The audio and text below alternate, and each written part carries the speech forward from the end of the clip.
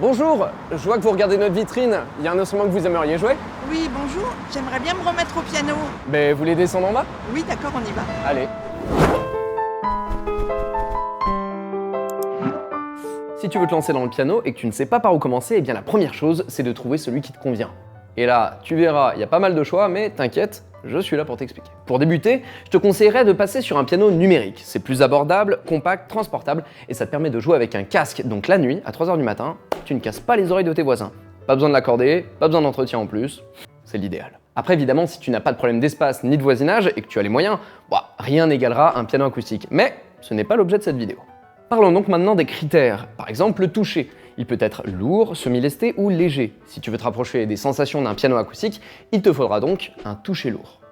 Par exemple, sur un P45, ça donne ça.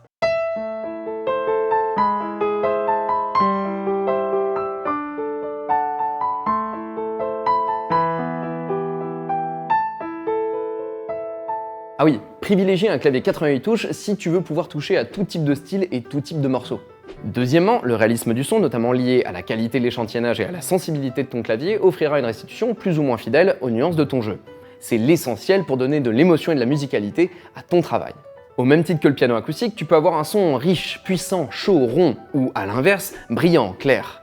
Bref, autant de caractéristiques que te permettront un bon échantillonnage audio. En gros, c'est la partie électronique de ton piano, son moteur. Enfin, dernier critère, le son en lui-même qui est lié au haut-parleur ou au casque audio que tu utilises.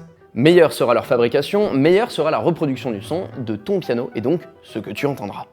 Et un son avec de bons haut-parleurs, ça nous donne ça.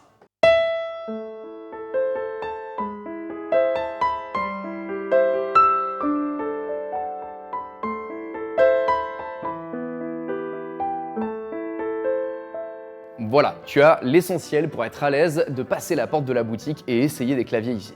Avec cela, je te glisse quand même quelques recommandations comme par exemple le P45 de chez Yamaha, véritable best-seller des pianos numériques portables, le Roland FP30X, on monte un peu en gamme avec un super toucher et un son plus chaleureux, et enfin le Kawai CN201, on continue de monter en gamme et on passe sur un clavier numérique dit meuble avec plus de stabilité, de précision et surtout de performance sonore.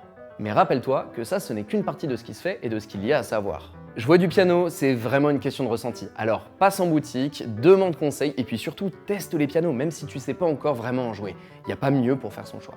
Alors on s'y remet? Oui, je vais pouvoir redémarrer les cours là, ça y est. C'est parti. Let's go.